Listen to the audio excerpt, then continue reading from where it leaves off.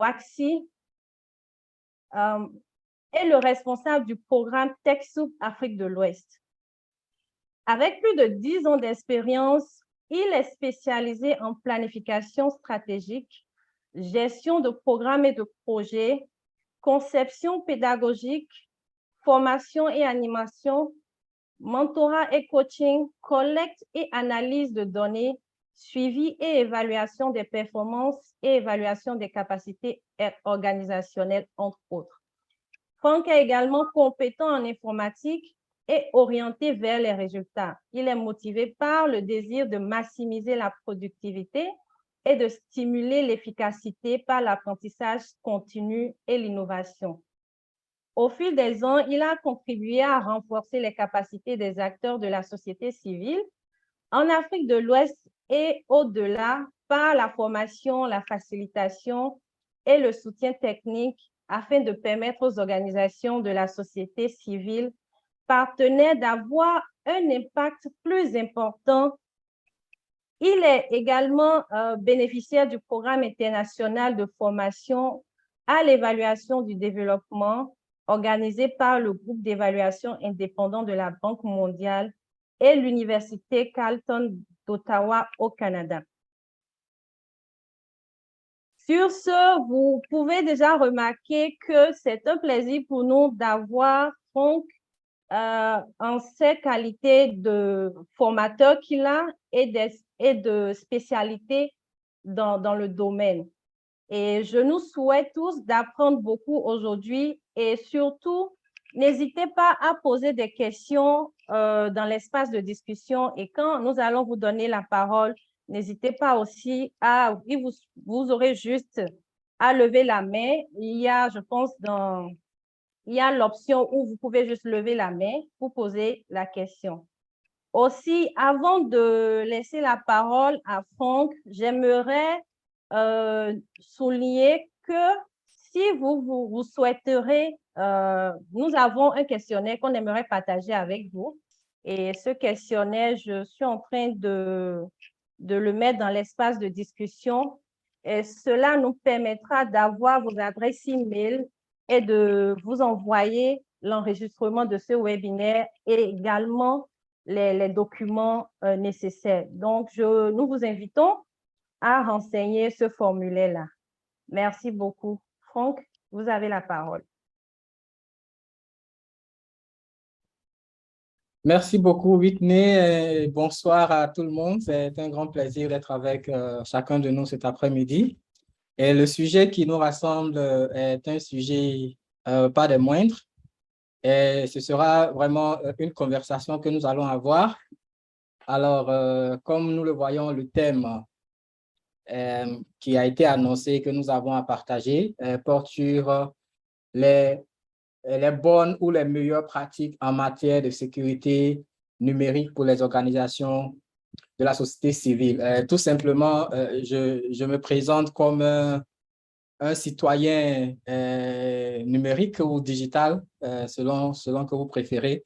Et je pense que chacun de nous a cet appel ou cette vocation en tant qu'utilisateur des outils de web, des outils de technologie.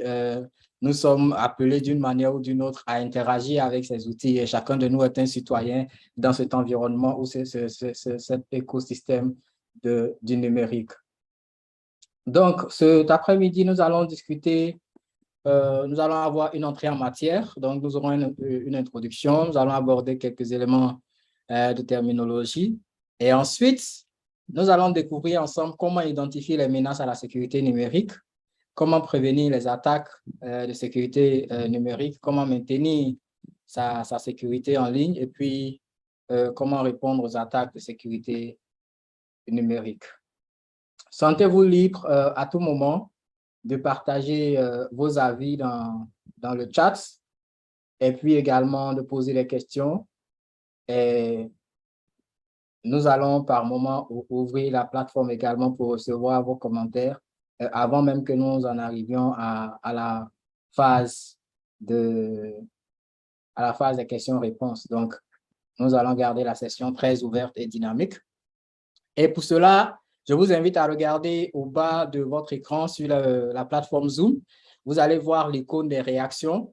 Et souvent, je vais vous appeler à utiliser le signe du pouce qui dit que vous êtes d'accord avec moi ou bien que vous partagez vos avis. Si vous voulez lever la main, vous utilisez le signe de la main levée pour pouvoir demander la parole. Vous avez aussi la couche verte qui vous permet de marquer votre accord sur les interventions. Alors, ma première question, c'est de savoir dans quelle mesure est-ce que vous pensez que les organisations à but non lucratif sont à l'abri des cyberattaques? Est-ce qu'en tant qu'organisation à but non lucratif, nous sommes épargnés des cyberattaques? Que pensez-vous? Que pensez-vous? Je regarde le chat. Oui, Technomobile, ce serait intéressant de pouvoir renommer votre profil avec votre prénom et votre nom, ainsi que le nom de votre organisation. Je vois que Technomobile a levé la main. Allez-y, je vous donne la parole, Technomobile. D'accord, merci beaucoup. Oui, merci beaucoup. Désolé, hein, c'est juste que, bon, n'étant pas au bureau, bon, je me suis directement connecté sans prendre la peine de changer tous les paramètres. Je suis Ebenezer Munkam. Je suis Ebenezer Munkam, je suis le directeur de la direction des droits humains et du plaidoyer à la CAMFED, Cameroonian Foundation for Aid, basée à Yaoundé, au Cameroun. Et selon moi et selon nous, parce que les organisations à but non lucratif ne sont pas du tout à l'abri des cyberattaques. Et moi, je pense que cela est dû notamment au fait qu'il pourrait arriver que non seulement les missions qu'elles défendent et les cibles qu'elles défendent heurtent peut-être à la sensibilité de la population ou même à la sensibilité des individus de façon un peu plus spécifique, ou que dans cette organisation-là, il y ait des personnes qui, ou bien au niveau de la concurrence même, qu'il y ait d'autres organisations ou institutions qui veulent justement atteindre ces organisations-là. Quand je prends par exemple le cas de la CAMFED est une organisation qui travaille beaucoup avec les populations clés au Cameroun, c'est-à-dire les populations les plus exposées au VIH et donc les hommes ayant des rapports sexuels avec des hommes, les minorités sexuelles et de genre de façon générale, des travailleuses de sexe et tout. Donc, ce sont des cibles qui peuvent parfois ne pas peuvent parfois choquer de façon générale les populations qui veulent à un moment donné attaquer l'organisation soit physiquement, soit numériquement. Donc voilà en quelque sorte la réponse que je pourrais donner. Donc soit par rapport aux missions de l'organisation, soit par rapport aux cibles de l'organisation, ou même par rapport à une certaine concurrence déloyale que les uns et les autres pourraient avoir. Donc je vous remercie. Merci beaucoup. Merci. C'est très pertinent ce que vous avez dit, très intéressant à savoir. Et nous allons pouvoir en discuter davantage pendant cette conversation. J'avais vu Fernand Loy lever la main et la baisser ensuite. Florent, je prends Florent et puis nous continuons. Allez-y, Florent, s'il vous plaît. OK, merci. Bonjour à tous et à toutes. Je suis vraiment ravi aujourd'hui de prendre part aussi à cette formation. Et je vous rassure que les organisations de la société civile ne sont pas vraiment à l'abri du cybercafé. Maintenant, c'est pour vous dire parce que nous sommes, ce que nous faisons, on est beaucoup suivi et aussi il y a des personnes aussi mal intentionnées issues aussi vraiment des mouvements de ces organisations de la société civile. Et tel qu'en 2014, on a eu aussi, pendant Ebola, nous, particulièrement TWIN, on a eu vraiment des attaques numériques. Là, il y avait vraiment un message aussi très mal, je peux dire, un message diffamatoire de l'organisation, où il y a eu beaucoup plus, et on a cherché aussi l'auteur, on a cherché. Donc, ce qui veut dire qu'on n'est pas vraiment à l'abri, parce qu'on a beaucoup plus besoin vraiment de formation, de renforcement des capacités à ce niveau, pour au moins diminuer, pas parfaitement, mais au moins on peut diminuer vraiment les cas de ces attaques. Merci. OK. Merci beaucoup. Merci à tous les deux qui avaient partagé. Je suis très amené cet après-midi à peut-être encourager ou à féliciter ceux qui vont beaucoup plus participer pendant cette session. Donc, attendons-nous peut-être à quelque chose de surprise à la fin de la session. On verra ce que nous réserve cette rencontre. Donc, je vous encourage. Déjà, nous avons 2 personnes qui nous ont devancés. Nous allons discuter de quelques terminologies de base. En généralité, je n'aime pas trop qu'on utilise les jargons pour empêcher la compréhension. Donc, c'est très utile de pouvoir démystifier certains termes. Et nous voulons que cette session soit beaucoup accessible et simple pour chacun de comprendre. Donc, la première notion qui nous intéresse, c'est celle de la cybersécurité. Et la cybersécurité, qu'est-ce que c'est? C'est un ensemble de dispositifs et mécanismes qui permet de se prémunir et de répondre à des attaques ou à des intrusions de systèmes informatiques. Et cela peut être au niveau du réseau ou au niveau des appareils de travail ou au niveau des logiciels. Donc, la cybersécurité, c'est tous les ensembles de mécanismes, de systèmes et de dispositifs qui permettent de se prémunir ou de répondre aux attaques des dispositifs informatiques. Une cyberattaque, c'est une attaque qui est donc lancée à l'égard d'un utilisateur des appareils ou des outils informatiques en vue de causer une vulnérabilité. Et la cyberattaque peut avoir plusieurs effets. Alors, par le partage que nous avons eu de nos 2 collègues, Florent, je pense que c'était Romial plus tôt, je ne me souviens pas, qui avait déjà mentionné que cela peut être soit par concurrence, soit par désir de nuire, soit peut-être pour tester même la vulnérabilité de l'organisation. Et qu'est-ce que la cybermenace? Donc, la cybermenace, c'est un risque ou c'est un potentiel de vulnérabilité à laquelle une organisation, une institution ou un individu peut faire face. Donc, il faut être informé ou conscient de ces cybermenaces pour pouvoir éventuellement ne pas être la cible ou la victime d'une attaque. Et qu'est-ce qu'une brèche? Une brèche est une intrusion ou une violation du dispositif de sécurité qui existe par l'accès aux outils ou au système de l'utilisateur, n'est-ce pas, qui pourrait permettre à celui donc qui opère l'attaque de pouvoir causer une vulnérabilité. Donc, tout attaqueur cherche une brèche ou une faille en vue de pouvoir faire une intrusion dans le système. Et lorsque cette brèche est causée, cela permet une entrée ou une pénétration du système. Un pare-feu, c'est un logiciel qui permet de préserver, c'est un peu comme un logiciel bouclier qui permet donc de préserver les attaques ou des intrusions à travers les mécanismes, par exemple, de brèche que j'ai mentionné tantôt. Et un virus, c'est un virus, il faut le concevoir comme ici dans le cadre biologique ou dans d'autres domaines, on voit le virus comme un élément pathogène qui attaque un organisme en vue de chercher à détruire l'organisme cible. Et ici, dans le domaine de la cybersécurité ou dans le domaine informatique, quand on parle de virus, on parle d'un logiciel introduit dans le système de l'utilisateur en vue de pouvoir lancer une attaque. Le virus peut être dormant ou il peut être actif. Donc, souvent, vous pouvez avoir un système qui est infecté sans le savoir. Donc, voilà un peu quelques notions de base. Il y en a d'autres aussi, mais je pense que ces éléments nous permettent d'avoir une fondation pour pouvoir avoir cette conversation. Si vous avez d'autres termes, d'autres notions également que vous connaissez, auxquelles vous êtes familier, que vous voulez partager, nous vous invitons aussi à pouvoir les partager dans le chat et cela va contribuer à nourrir notre connaissance cet après-midi. Donc, sentez-vous libre. Nous allons continuer à découvrir d'autres éléments à mesure que nous discutons. La première question, donc, après avoir passé l'étape de savoir si oui ou non nous pouvons être concernés par la cyberattaque, ici, c'est de savoir comment identifier les menaces à la sécurité numérique. Comment identifier les menaces à la sécurité numérique.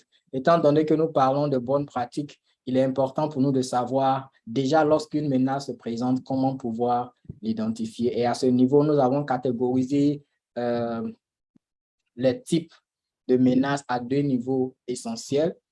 Nous avons parlé de la surveillance passive et puis nous avons également parlé des questions de l'approche active. Donc, au niveau de la surveillance passive, vous pouvez souvent être mis sous écoute téléphonique. Je ne sais pas si vous en avez déjà fait l'objet. Pour nous qui sommes dans les domaines d'interaction avec des populations ou avec souvent des communautés qui sont vulnérables, il est possible que nous soyons mis sur écoute, ou bien souvent à cause de la nature de nos interventions, pour ceux qui touchent aux questions de la bonne gouvernance ou à la lutte contre la corruption et tout ça, il est possible que vous soyez perçus ou que nous soyons perçus comme étant des éléments nuisibles à certains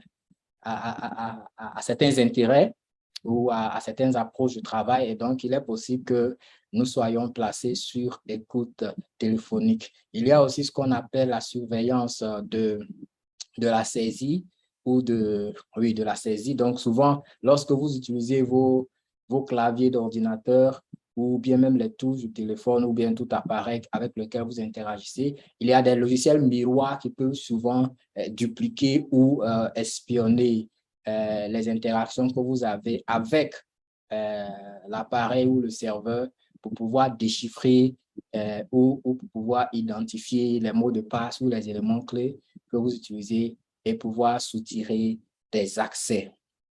Il y a aussi la surveillance, qui peut être soit par des surveillances physiques ou bien ça peut être aussi des surveillances digitales par des moyens de caméra ou bien même souvent ça peut être des surveillances en ligne, n'est-ce pas? Aujourd'hui, avec les réseaux sociaux, il est possible que vous soyez surveillé, que les gens puissent savoir où vous êtes, qu'est-ce que vous faites. Et il nous arrive souvent lorsque nous allons mener des interventions sur le terrain que nous soyons prompts dès que nous arrivons à l'aéroport, nous prenons une photo pour dire, voilà, je suis à l'aéroport, je suis en route pour telle destination, pour telle durée.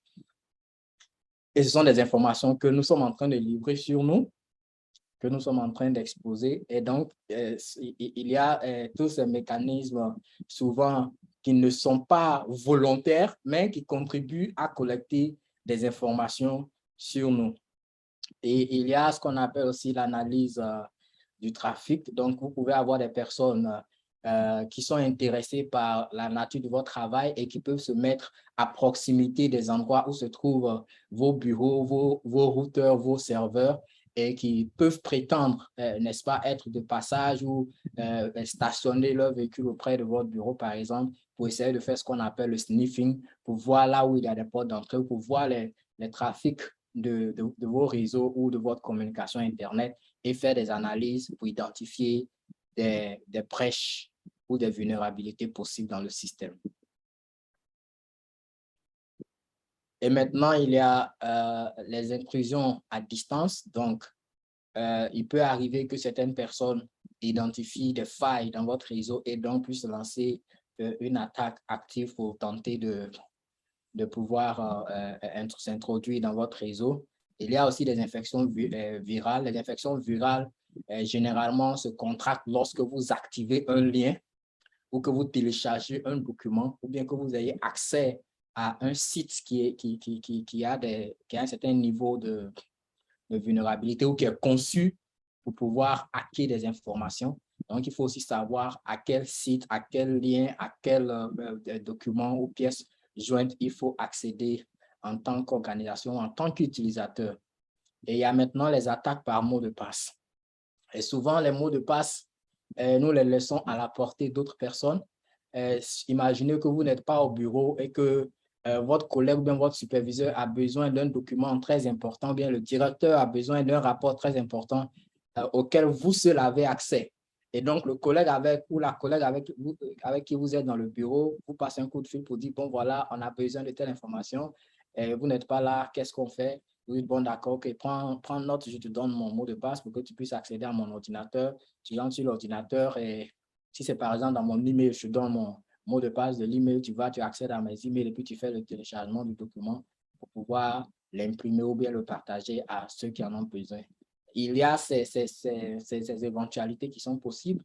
Et il y a aussi le fait que souvent, on se retrouve avec les mots de passe écrits dans dans des calepins, dans des blocs-notes, en vue de pouvoir s'en souvenir et l'utiliser plus tard. Et toutes ces choses créent des vulnérabilités qui exposent nos comptes à des accès par des intrus. Il y a aussi souvent des mots de passe que nous sauvons dans le navigateur qui peut être facilement récupéré en parcourant vos informations de navigateur. OK. Donc, cela nous amène à une première phase de détente-échange. Nous avons tenté, n'est-ce pas, en entrée en matière, de poser la question de départ, mais je veux encore ouvrir cette question pour que nous puissions l'analyser ensemble. Qui peut être la cible d'une cyberattaque? Et nous avons 4 éléments de réponse. Je voudrais savoir de votre avis, qui peut être la cible d'une cyberattaque? La réponse A. Les organisations à but non lucratif n'ont rien à cacher. Elles sont à l'abri des attaques. La réponse B. Les grandes entreprises et le gouvernement sont ceux qui ont un fort potentiel d'attirer l'attention, donc peuvent être la cible d'attaque. Et la réponse C, ce sont les organisations internationales. La réponse D, tout le monde est concerné, y compris les organisations de la société civile ou organisations à but non lucratif. J'attends vos réponses. Réponse A, B, C ou D. Question pour un champion. Tal Fousseni dit réponse D, CPJ Guinée, tout le monde. Bell, D. La réponse D, D, D, D. OK, d'accord. Je pense que la réponse D l'emporte. Et c'est vraiment très intéressant que nous soyons tous conscients, n'est-ce pas, du fait que nous sommes des cibles potentielles. Le fait d'être une cible potentielle ne fait pas nécessairement de nous une victime. Si nous prenons les précautions nécessaires pour ne pas tomber à la merci des hackers ou des cyber attaqueurs ou attaquants, si on peut le dire ainsi. Mais déjà, il est important d'éviter de tomber dans le déni, à savoir que souvent on peut se dire, bon, écoute, moi, qu'est-ce que j'ai d'aussi important? Et ça commence comme ça, n'est-ce pas? Tout le monde se voit tellement insignifiant dans l'écosystème du monde numérique qu'on se dit qui peut s'intéresser à moi. Qu'est-ce que j'ai de si important qui peut intéresser quelqu'un? Et en tant qu'organisation, on a un budget qui est tellement minime qu'on ne peut pas vraiment inquiéter qui que ce soit. Ou bien, bon, voilà, la mission que nous menons n'a pas une envergure nationale. Donc, on n'a pas vraiment cette visibilité pour faire l'objet de l'intérêt. En fait, le fait d'être à un niveau de l'échelle que nous voyons insignifiant est déjà un facteur motivant pour celui qui cherche à attaquer. Parce que celui qui cherche à attaquer ne va pas essentiellement chercher là où il y a un dispositif assez robuste en termes de système de prévention. Donc, il va chercher là où potentiellement il y a un désintérêt ou un manque de prise de conscience ou, je veux dire, un manque de précaution utile pour pouvoir se protéger. Donc, en faisant ces attaques n'est-ce pas, d'entrer dans le système, ça permet déjà de pouvoir faire les premières victimes et maintenant d'étendre le réseau. Parce qu'en fait, les organisations de la société civile travaillent avec des partenaires, travaillent en réseau, travaillent en coalition et d'une organisation à l'autre, facilement, ils peuvent atteindre leurs objectifs. Et même votre organisation en elle-même est aussi un centre d'intérêt pour les cyberattaqueurs parce que là où il y a le moindre élément de pénétration est un succès pour celui qui lance une attaque. Donc, nous devons être très conscients de cela. J'ai lu avec intérêt l'histoire d'un centre commercial, de l'un des plus grands centres commerciaux au monde, qui est le deuxième au monde, basé aux États-Unis. En 2012, ils ont eu une attaque en dépit de tout le dispositif sécuritaire mis en place au sein de l'organisation, au sein du supermarché, au sein de leur système de gestion. Et la faille est venue par l'un de leurs fournisseurs ou prestataires de services qui s'occupait de la gestion du froid, la gestion de la climatisation. Et parce qu'ils ont les registres de la compagnie, de l'entreprise, ils ont les données de l'entreprise qui fournit certains services. Et ce sont des services aussi souvent à caractère informatique. cette entreprise, je veux dire l'entreprise de prestation de services, s'est trouvée avec l'un de ses employés qui, par inadvertance, a laissé accès à son système qui a été exploité par les attaqueurs et qui sont entrés par la porte arrière de la grande entreprise en 2012 qui a causé un scandale mondial avec des cartes de crédit qui ont été volées, avec des données personnelles des clients et toutes ces choses. Donc, chacun de nous doit se mettre en garde. Alors, lorsque nous sommes capables ou lorsque nous sommes conscients de ces attaques, comment prévenir les attaques de sécurité numérique?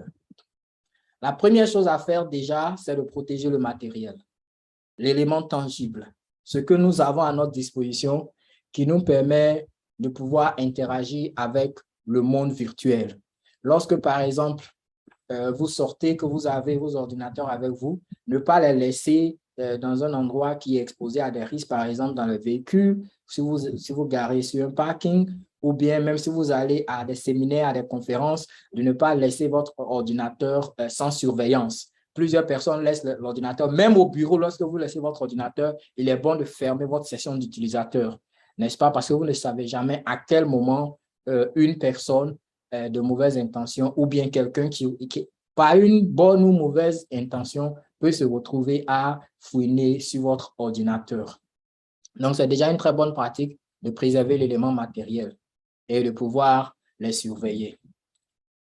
L'autre chose également que nous pouvons faire, c'est de crypter les données que nous avons et de les sauvegarder. Il faut pouvoir crypter les données que nous avons et cela commence par utiliser des plateformes qui ont un minimum de sécurité en place. Lorsque vous allez par exemple sur un site web et que vous voyez que le site web, la plateforme a dans son adresse le HTTP, n'est-ce pas, et puis l'adresse ou l'adresse cible que vous voulez visiter, lorsque le HTTP n'a pas le S, c'est que cette plateforme n'est pas sécurisée. Donc, si vous-même, vous avez un site web qui a le HTTP mais sans le S, c'est que le niveau de sécurité est très faible. Donc, quand vous avez le HTTPS, cela dénote qu'il y a un certificat de sécurité qui est associé ou qui est attribué à ce site web. Donc, il faut utiliser des méthodes de cryptage de vos données, que ce soit sur le web, que ce soit même dans les emails. Souvent, lorsque vous avez des emails confidentiels, aujourd'hui, plusieurs plateformes de gestion des emails ont des dispositifs de cryptage qui existent ou des dispositifs de confidentialité, que ce soit sur Gmail ou bien sur Microsoft. Il faut aussi faire la sauvegarde des données, la sauvegarde locale et puis la sauvegarde sur le cloud. Donc, chaque fois, songez à avoir des backups de vos données sur les disques durs externes que vous mettez en lieu sûr dans un coffre-fort ou en tout cas en lieu sûr où cela ne sera pas à la portée des personnes. En cas d'attaque, au moins vous avez un plan B. Il faut également utiliser des logiciels anti-malware et des pare-feux qui sont assez robustes. Donc, déjà, la première chose, c'est de s'assurer d'avoir des logiciels d'antivirus. Si vous n'avez pas cela, c'est un élément de vulnérabilité important. Il faut également activer le pare-feu de son ordinateur. Il ne faut pas le laisser exposer. Et cela permet de détecter et de bloquer toute intrusion et des accès non autorisés. Ensuite, il y a la question des mots de passe. Comment s'assurer de mettre en place un mot de passe assez sécurisé? Et un mot de passe sécurisé, comme le disons ici, c'est un mot de passe qui a au moins 12 caractères, qui utilise une combinaison de lettres majuscules et minuscules, ainsi que des chiffres et des symboles spéciaux. Il ne contient pas de touches de clavier alignées, n'est-ce pas? Par exemple, si vous allez sur votre clavier que vous voyez AZERTY, vous tapez tous les chiffres qui s'alignent là sur ce niveau du clavier pour penser que vous avez un mot de passe sécurisé. Un mot de passe ne doit pas également être utilisé sur la base d'informations personnelles, soit votre nom, prénom, votre date de naissance, le nom de votre épouse, ou bien de vos enfants, de vos frères ou sœurs, ou de vos collègues, ou le nom de votre organisation. Toutes ces choses sont très faciles à pouvoir deviner et à pouvoir hacker. Un mot de passe doit être unique pour chaque compte que vous utilisez. Si vous utilisez le même mot de passe pour plus d'un compte, c'est un élément de vulnérabilité très important. Donc, ce sont des choses qu'il faut pouvoir corriger. J'ai ici un lien que je vais vous partager qui va vous permettre de pouvoir tester la vulnérabilité de votre mot de passe.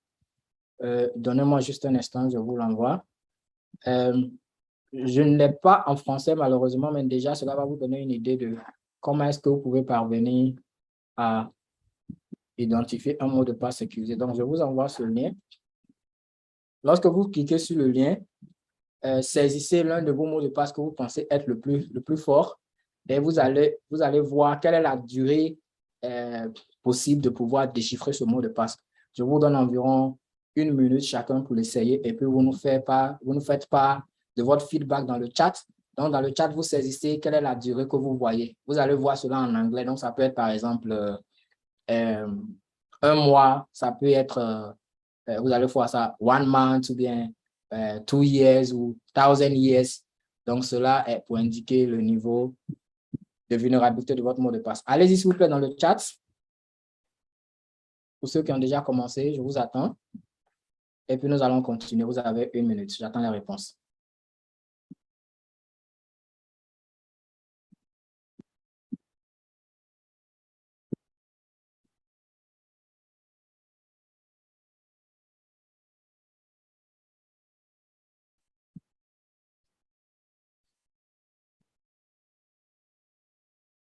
C'est bon, vous arrivez à accéder au lien?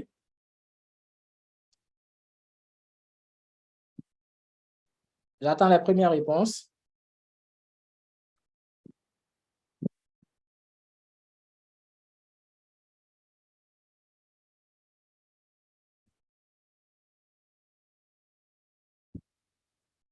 Pouvez-vous confirmer? OK, 1 milliard d'années pour Belle, 15 milliards d'années pour Stella. Ah, Whitney, j'ai du mal à pouvoir appliquer ça en français. 2 sextillion years. Comment est-ce que je vais dire cela en français? Bon, on va consulter le Google Translate. Tal Fousseni, 42 minutes, waouh! 200 millions d'années pour Gifty. Whitney, tu voudras bien nous partager tes trucs et astuces parce que je pense que tu as le niveau élevé à présent. Florent, 12 millions d'années. Tal Fousseni, dans ton cas, les cyberattaqueurs, ils vont juste prendre une tasse de thé pendant qu'avec un doigt, ils ont fini par déchiffrer. Et ça, c'est un 25 millisecondes. Ça, c'est pas possible. Non, je vous en prie. Dès que nous mettons fin à ce webinaire, je voulais dire avant même que le webinaire ne finisse, mais je ne veux pas interrompre votre session. Donc, dès que nous mettons fin au webinaire, je vous en prie, il faut le faire à la précipitation. 42 millisecondes, même pas 1 seconde. Je ne veux pas imaginer que le mot de passe est composé de 0, 0, 0, 0, 0. Ok, je le dis juste pour plaisanter. 5 années pour Cédric et puis 2000 ans pour Franck. 1 jour pour Moussa Soumaoro. Moussa, c'est encore très faible. 34 000 années pour CPJ. Ok, voilà. Donc, nous avons une idée du niveau auquel notre mot de passe est assez robuste. Mais vraiment, pour ajouter en plus, ce que nous pouvons faire en plus d'avoir les chiffres, les combinaisons de majuscules et de minuscules, la question c'est donc quel mot de passe avoir pour appliquer tous ces concepts.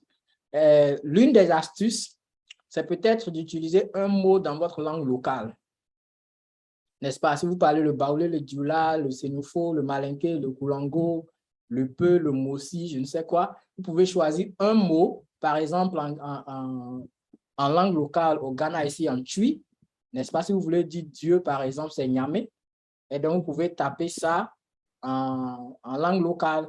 Et si vous voulez encore le faire plus corsé, vous faites le Nyame en commençant en inverse. Donc, par la dernière lettre à la première lettre et en remplaçant certaines lettres avec des chiffres. Par exemple, le E, vous pouvez utiliser le 3, mais en renversé avec des majuscules et des minuscules et vous ajoutez des symboles.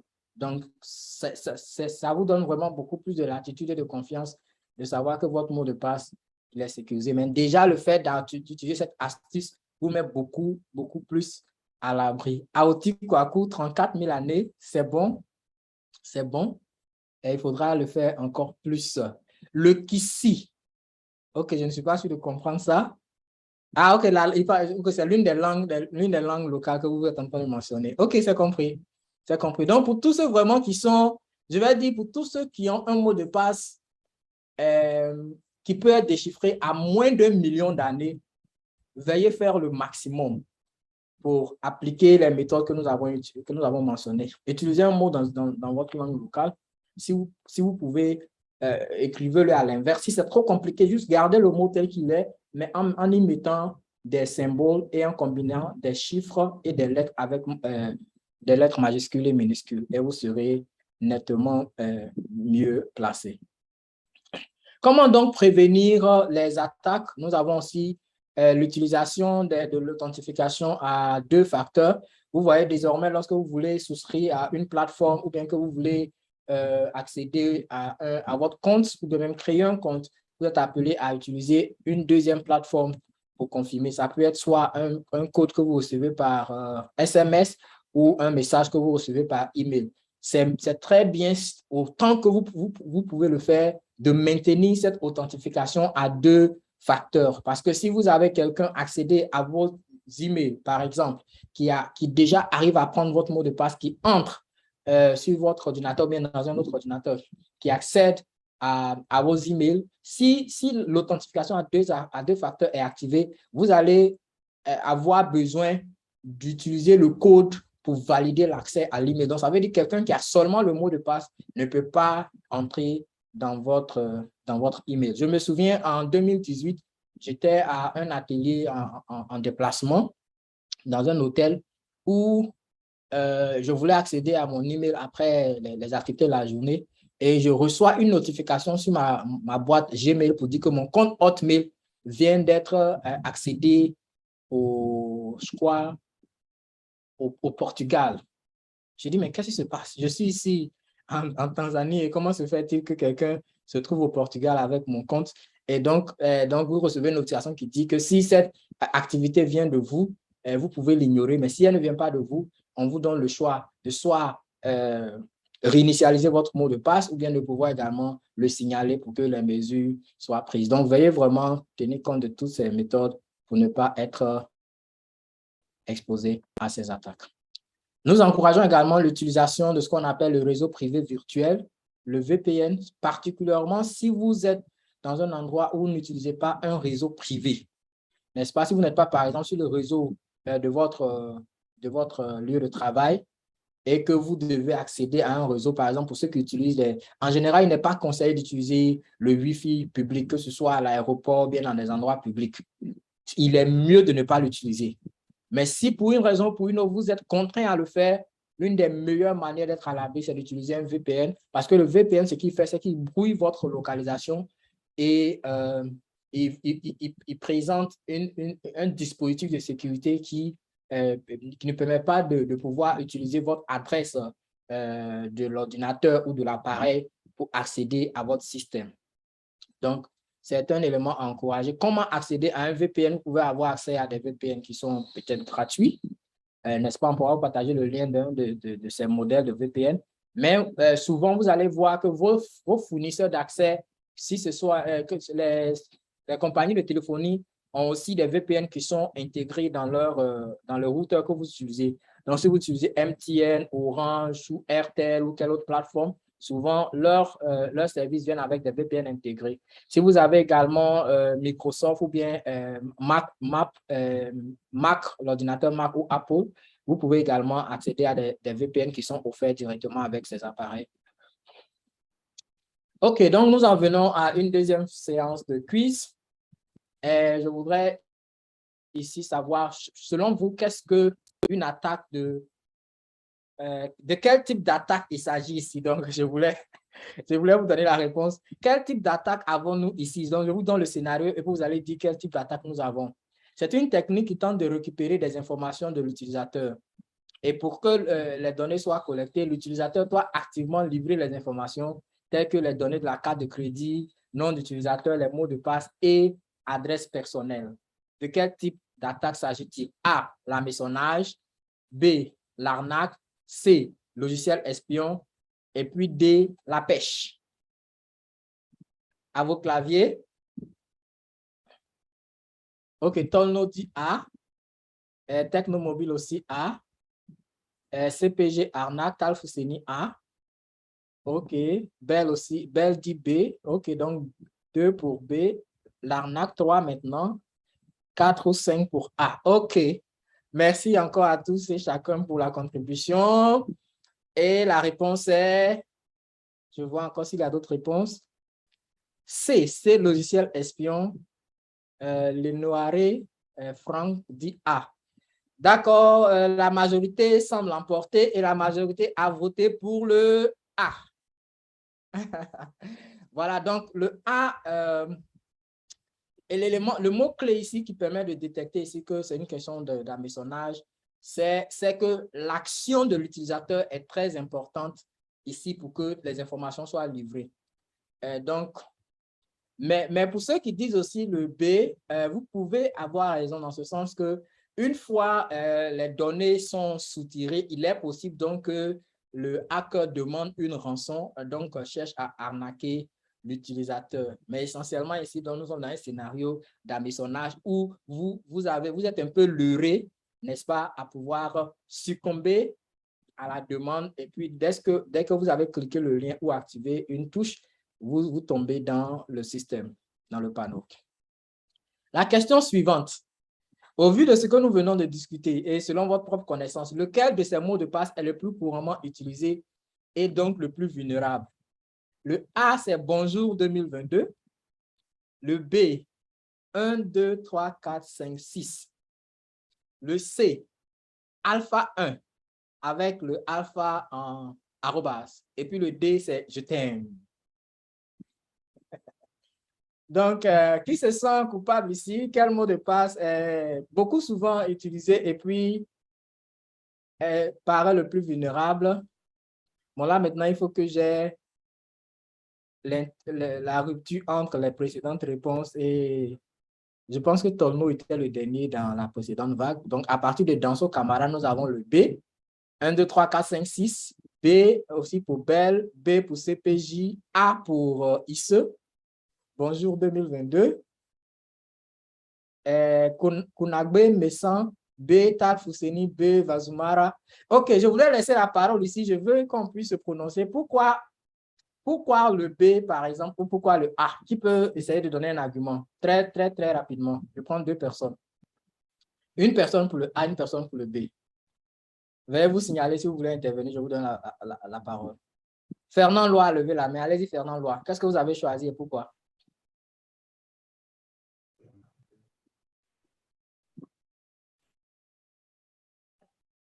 OK, Danso camarade dit les numéros se suivent parce que Danso avait choisi l'option B. Allez-y. Oui, j'ai choisi le numéro B. Après du moment, en fait, ça semble facile pour les gens et les autres souvent. Ils veulent coûte que coûte, en fait, se rappeler à chaque fois quand il est question de mettre ou de tester son mot de passe. Donc, le plus souvent, et des nombres comme ça pour les gens, c'est souvent facile. Et même à l'accoutumée, les gens apprennent à mettre leur numéro de téléphone habituel, fonctionnel, et donc, en fait, je pense que c'est vraiment facile à mettre des personnes ou à faire le planifiage des personnes. Merci beaucoup. Merci Fernand pour partager. Fernand a bien défendu sa position. Nous attendons quelqu'un pour défendre la position du A ou bien une autre option que vous avez choisie parce que je pense que la tendance était plus entre le A et le B. Un autre défenseur qui veut contre-attaquer l'équipe de Fernand? Qui est prêt à intervenir? Quelqu'un? Florent, oui, allez-y, Florent. OK, moi j'ai choisi A par exemple. Vous savez souvent, surtout que c'est 2000, les arnaqueurs et les gens qui sont vraiment dans les cybersécurités, ils aiment souvent utiliser aussi, c'est un bonjour, ce sont des trucs souvent très faciles aussi que les gens aiment souvent utiliser, Bonjour 2022, et que aussi les gens qui créent nouvellement aussi leur adresse mail, bon, ils ne veulent pas aussi peut-être aussi un peu compliquer aussi leur mot de passe parce que pour ne pas qu'ils oublient, donc il faut du coup prendre Bonjour 2022 et facilement aussi, ils peuvent aussi mémoriser. Et du coup, ça devient très facile et aussi les gens peuvent aussi avoir accès facile aussi à leur mot de passe. Donc, c'est un peu ça qui a fait que j'ai choisi Bonjour parce que c'est facile aussi à prononcer et 2022 aussi, c'est facile aussi à retenir. Merci. Merci beaucoup, Florent. Je veux dire, la bataille aura lieu en Guinée. La bataille aura lieu en Guinée entre Florent et Fernand. Mais bon, ça sera une bataille de bonne guerre. Le plus facile, quand bien même la plupart en fait, tous ces mots de passe ici sont faciles, mais le plus facile, c'est le B, n'est-ce pas? D'abord parce qu'il utilise une seule forme de caractère et puis aussi parce que c'est séquentiel. Donc, c'est beaucoup facile à pouvoir deviner sans avoir même besoin de craquer. Voilà. Donc, le Bonjour 2022 peut être une option. Déjà, il a une combinaison. Il a une lettre majuscule et puis, ce n'est pas nécessairement séquentiel. Mais dans tous les cas, les options que vous avez ici sont des options qui sont assez faciles. Merci, Kevin. En effet, c'est une bataille d'idées. OK. Le dernier essai. Si vous utilisez votre compte Facebook et que vous recevez un message qui vient en pop-up sur votre écran, qui vous invite à cliquer sur le lien, sur un lien pour que vous puissiez bénéficier d'un iPhone, n'est-ce pas? Qu'est-ce que vous feriez? Le A, dire à mon ami d'essayer en premier et ensuite je vais aussi essayer. Le B, c'est une offre, excusez pour le typo, c'est une offre géniale. Il suffit juste de cliquer sur le lien pour obtenir un iPhone gratuit. Le C, cliquez simplement sur le lien et invitez les amis à participer. Ou bien le D, c'est un mensonge, je vais juste l'ignorer. Qu'est-ce que nous ferons? A, B, C ou D? Le D. Le D, OK. Merci beaucoup. Tout le monde a plongé pour le D. En effet, c'est le D. Si vous recevez des offres, des invitations, souvent vous êtes là et puis vous recevez dans vos groupes WhatsApp une offre spéciale de crédit gratuit ou bien data gratuit pour communiquer et tout ça. Faites très, très, très attention à ces choses parce que ça peut créer des arnaques de masse. Alors, au cas, il est bon de se prémunir ou pour prévenir les attaques. Mais aussi comment faire en sorte de maintenir sa sécurité, n'est-ce pas, au quotidien, quelles sont les bonnes pratiques à mener. Dans un premier temps, il est nécessaire d'identifier les menaces potentielles, d'où peuvent venir les menaces. Et généralement, les menaces viennent de l'interne, viennent au sein de l'organisation.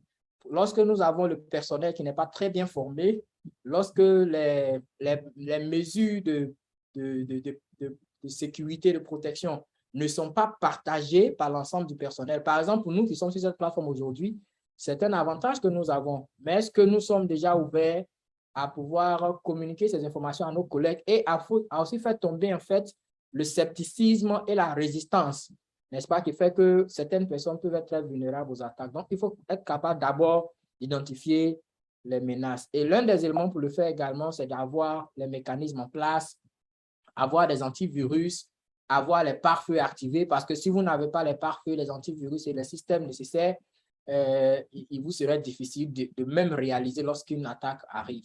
Il faut également se protéger contre les attaques. Et comme je l'ai dit, cela comprend plusieurs éléments. Il faut utiliser des pare-feux, des antivirus à jour.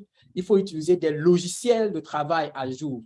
Vos logiciels Office, la suite Office, n'est-ce pas, les logiciels d'exploitation, tels que Windows ou bien Mac OS ou Linux selon le cas, il faut que ces logiciels soient à jour. Évitons d'utiliser les logiciels piratés parce que c'est l'une des premières portes d'entrée des hackers.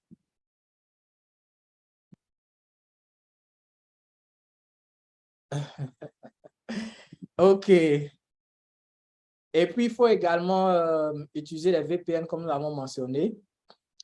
Et maintenant, il faut être aussi capable de détecter les intrusions. Et l'un des moyens de détecter les intrusions, c'est de s'assurer de faire des scans assez régulièrement de vos appareils. Donc, au moins une fois par mois, au moins, il faut qu'il y ait un scan complet de votre ordinateur. Et ces choses peuvent être programmées à l'avance par votre informaticien, n'est-ce pas? Et dès que vous êtes suspicieux d'une activité invraisemblable, il faut pouvoir mener des scans manuels. Souvent, vous pouvez réaliser, par exemple, que votre ordinateur devient lent sans motif, ou bien lorsque vous travaillez, l'appareil commence à se planter, et toutes ces choses peuvent être des indications qu'il y a quelque chose qui se produit. Donc, il faut faire en sorte de pouvoir nettoyer l'appareil, de pouvoir décongestionner le système. Il faut aussi avoir des mécanismes pour pouvoir répondre aux incidents. Donc, si vous recevez une attaque, ne tombez pas dans la précipitation. Ne commencez pas à cliquer sur tous les liens que vous voyez dans le but de vouloir sauver la situation, mais il faut avoir un mécanisme de réponse qui est bien organisé. Et le moyen de le faire, l'un des moyens de le faire, c'est de songer à créer des politiques déjà de gestion de la sécurité numérique au sein de vos organisations. Ce n'est pas quelque chose de trop exagéré, mais il faut déjà penser à édicter quelques principes de base. N'est-ce pas? Qui peut avoir accès à tel type de données? Qu'est-ce qu'il faut faire lorsqu'une attaque arrive? Comment faire pour maintenir les appareils à jour? À quelle fréquence il faut le faire? Toutes ces choses doivent être édictées et être partagées, communiquées à tout le monde au sein de l'organisation. Lorsque vous avez de nouveaux personnels qui arrivent aussi, il faut les former. Et lorsqu'une attaque arrive, il y a les moyens de pouvoir récupérer ou restaurer votre système. Et il est important de communiquer avec vos informaticiens ou bien de prendre la tâche aussi avec des personnes qui sont techniquement outillées, qui peuvent vous appuyer. Nous sommes là et nous sommes disponibles pour vous apporter cet appui toutefois que vous vous sentez dans le besoin. Alors, lorsqu'une attaque arrive, qu'est-ce qu'on peut faire? Dans un premier temps, il faut mobiliser une équipe d'intervention en cas d'incident. C'est pourquoi c'est déjà bon d'avoir un protocole qui est mis en place pour pouvoir anticiper les différents scénarios de réponse, pour ne pas tomber dans la panique et livrer ces données à des attaqueurs. Il faut avoir une équipe technique en place au sein de l'organisation. Et quand on parle d'équipe technique, ce n'est pas uniquement le rôle de l'informaticien. Donc, si vous avez un informaticien, c'est déjà une bonne chose, mais la question de la sécurité numérique part au-delà de l'informaticien ou bien du technicien. Donc, il faut avoir aussi des personnes qui sont intéressées, qui constituent une équipe, n'est-ce pas, une équipe d'attaque ou de réponse immédiate. Il faut aussi avoir ce qu'on appelle soit les délégués du personnel ou bien des responsables au sein de l'équipe qui sont intéressés par ces aspects-là. Il faut aussi mettre en place des stratégies de régulation du point de vue juridique et réglementaire. Je sais que dans certains pays, par exemple, lorsque vous achetez un ordinateur ou un téléphone de bureau, il est possible de pouvoir souscrire à une politique d'assurance pour ces appareils que vous utilisez. Donc, toutes ces choses permettent de mettre en place des moyens de contre-attaque ou de réponse. Il faut sécuriser les systèmes et assurer la continuité des activités. Donc, déjà, j'en ai beaucoup parlé, avoir tous les dispositifs de sécurité en place. Et quand on parle de sécurité, c'est aussi bien la sécurité physique que la sécurité numérique. Parce que si vous avez protégé vos appareils ou vos logiciels avec tout le dispositif qu'il faut, mais au niveau physique, les failles sont énormes. Tout le monde peut entrer et sortir à tout moment. Les ordinateurs sont ouverts à tout moment, toutes ces choses. Les clés USB se promènent et tout. Quelqu'un peut infecter une clé et puis vous la laisser. Ou bien quand vous voyez une clé USB par terre, il ne faut pas la prendre directement, l'insérer dans votre ordinateur. Vous ne savez pas d'où elle vient, qu'est-ce qu'elle comporte et à quel but, si ça a été laissé là à dessein, et vous insérez ça dans votre appareil. Tout de suite, vous vous invitez des intrus dans votre système. Donc, ce sont des éléments de base qui sont très souvent négligés, mais qui sont importants. Avoir aussi, si possible, des moyens de surveillance, des caméras pour pouvoir détecter les activités autour de vos locaux et savoir qui sont les personnes qui peuvent s'inviter dans votre environnement. Il faut aussi avoir la capacité de mener une attaque approfondie. Souvent, ce sont des attaques qui demandent des interventions d'experts. Dans le cas, par exemple, de la compagnie que j'ai mentionnée, il a fallu une intervention qui a pris des mois avant de pouvoir la résoudre. Mais avant que l'attaque ne soit consommée, il y avait des signaux que l'une des équipes techniques avait lancé. Ils avaient lancé une alerte, je crois, au moins à une semaine lorsque les premières activités d'intrusion dans le système de l'entreprise. Et l'entreprise s'appelle Target. C'est l'une des grandes boîtes commerciales. Et lorsque la première alerte a été lancée par l'équipe technique qui était basée en Asie, l'équipe qui était aux États-Unis n'a pas répondu de façon proactive. Et donc, lorsque l'attaque a été consommée, il a fallu beaucoup de temps pour pouvoir régler les dommages. Il y a eu des poursuites en justice et les clients se sont constitués et tout ça, et ça a causé beaucoup de pertes à l'entreprise. Donc, par moment, lorsque vous détectez ces choses, il faut consulter les experts, il faut vous faire assister, il faut isoler les appareils ou les systèmes qui sont infectés, il faut s'assurer, comme je dis, d'avoir des données en backup, n'est-ce pas, pour ne pas continuer à laisser les infections se propager dans votre système. OK. Notre dernière partie de quiz, avant que je laisse la parole, comment répondre à une cyberattaque? La première option que nous avons, c'est de payer la rançon exigée au plus vite pour éviter d'être exposé. C'est le A. Le B, c'est de répondre par une attaque plus violente et virulente. Et le C, c'est de récupérer le compte concerné, changer les clés d'accès, vérifier les mises à jour du système et informer le responsable informatique. Et le D, c'est ignorer la menace et mener sa vie paisiblement. Passez à vos claviers, j'attends les réponses. A, B, C ou D. OK, je vois le C, Cédric, CPJ, Unagbe, Emex, Florent, Vazumana, OK. Tout le monde est pour le C. D'accord. Je m'attendais à avoir des réponses pour le B. Il faut répondre à la violence par la violence. D'accord. Fernand Loa dit, bon, écoute, il faut ignorer tout cela et puis mener sa vie paisiblement. D'accord. Est-ce qu'il y en a d'autres encore qui viennent? ONG, Copagef, le C. D'accord. Donc, la majorité est pour le C. Récupérez le compte concerné autant que vous le pouvez. Souvent, lorsque vous souscrivez un compte, par exemple, lorsque vous créez un email, vous avez l'option de fournir un email de récupération. N'est-ce pas? Donc, quand il y a une activité qui est suspecte, vous avez des notifications sur votre email de récupération. Donc, dans la mesure du possible, lancez la récupération, changez les clés d'accès, changez le mot de passe immédiatement, vérifiez la mise à jour de votre système, si c'est par exemple votre ordinateur, vos logiciels et tout, et puis faites un scan immédiatement. Et pendant ce temps, vous avez déjà communiqué au responsable informatique. S'il n'est pas là immédiatement, vous avez au moins pris des mesures de base.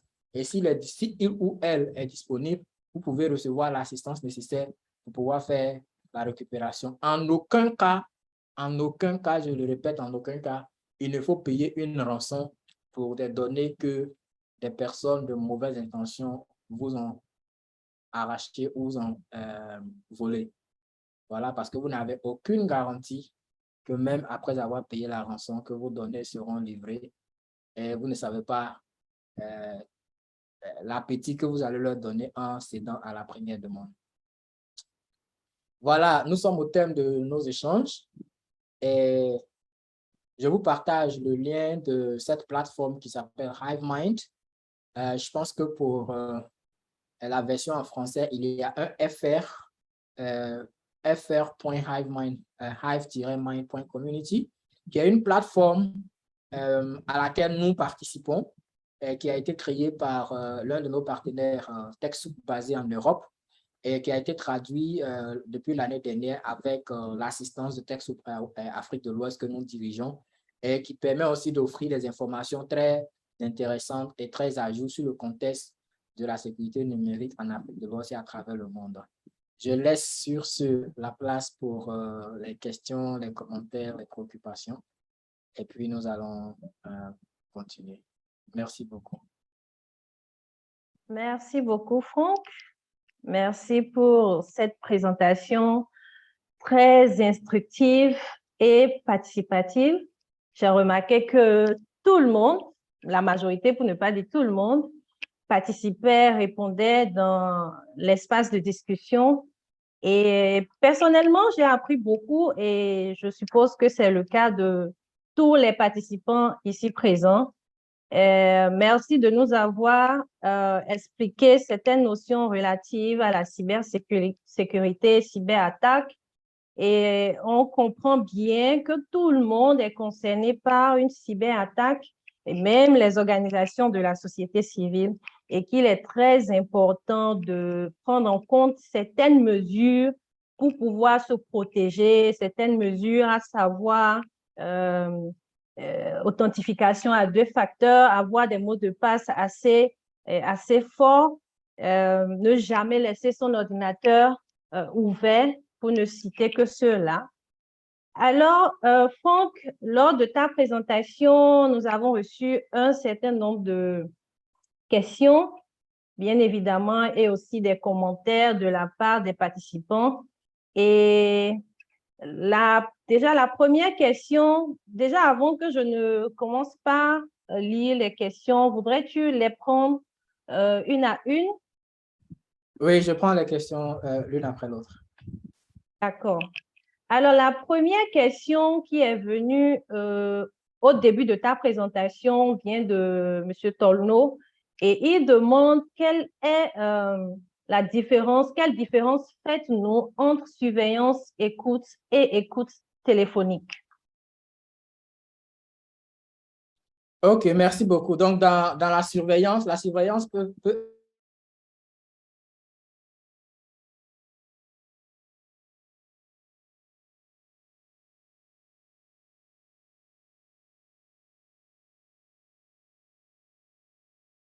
que vous avez plus de destination.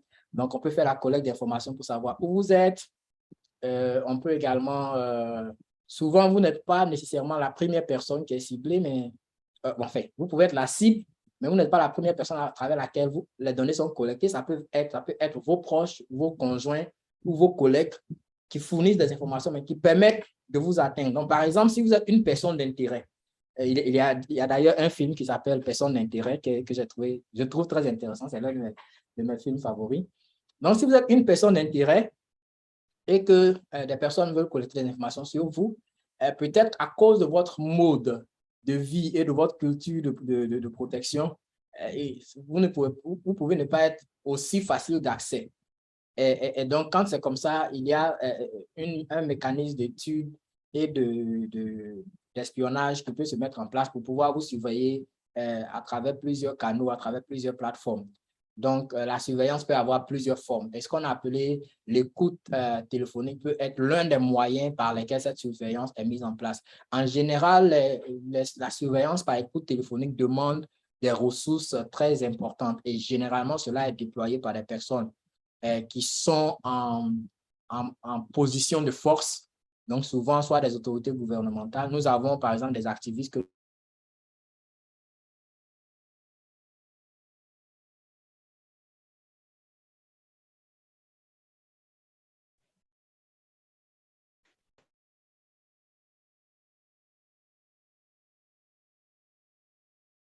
OK, je pense que Franck, je ne reçois plus Franck. Je suppose qu'il a un problème avec sa connexion Internet. Vous me recevez, moi? Vous pouvez juste notifier cela dans l'espace de discussion. Oui, okay, on vous reçoit très bien, madame. D'accord, donc je pense que c'est Franck. Je suis sûre qu'il va nous rejoindre tout de suite. Oui, je suis de retour. Je disais que le degré de vulnérabilité des SMS, par exemple, il a été prouvé que les SMS sont beaucoup plus vulnérables que des chats, des plateformes de chat qui sont cryptées. N'est-ce pas? Donc, par exemple, si vous utilisez WhatsApp, les messages directs sur WhatsApp sont en général, les messages sur WhatsApp sont cryptés. Donc, il est juste question de savoir avec qui vous communiquez, c'est tout. Et puis, d'autres plateformes, par exemple, comme Telegram ou bien comme Signal. Par exemple, Signal est beaucoup plus crypté que Telegram. Et puis, bon, j'en passe. Mais c'est dit, en fait, que l'écoute peut prendre plusieurs formes, y compris la forme téléphonique. D'accord. Merci beaucoup, Franck. Nous avons également dans l'espace de discussion un commentaire de M. Florent qui dit « Cette image me rappelle la nuit d'hier.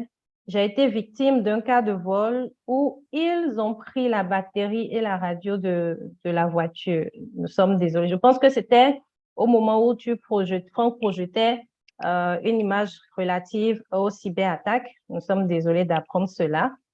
Nous avons également une question de Belle qui dit comment l'on fait pour lancer un scan, s'il vous plaît. Comment faire pour lancer un scan?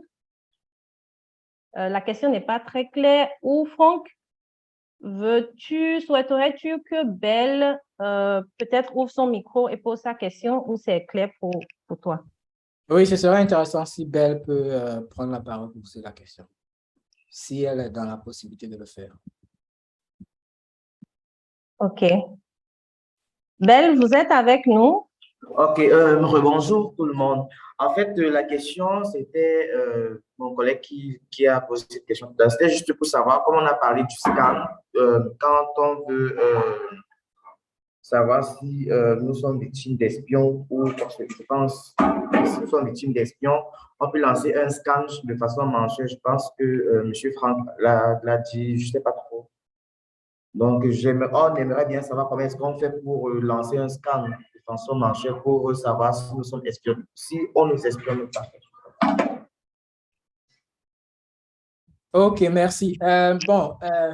En fonction du degré de l'attaque et du type d'intrusion, il y a la possibilité d'identifier des virus ou ce qu'on appelle des malwares qui sont sur votre système. Et à la base, c'est vraiment de lancer un scan antivirus. Et il faut avoir un antivirus qui est à jour, qui est très efficace et efficient. D'abord, le fait de l'avoir à jour est très important parce que s'il n'est pas à jour, cela veut dire qu'il n'est pas au niveau de sophistication des dernières attaques. Et puis, s'il n'est pas authentique, donc si ce n'est pas un antivirus qui a une licence qui fonctionne correctement, donc vous prenez quelque chose qui est à bon marché, qui n'a pas tous les moyens nécessaires de pouvoir répondre. Donc, ce n'est pas une application originale.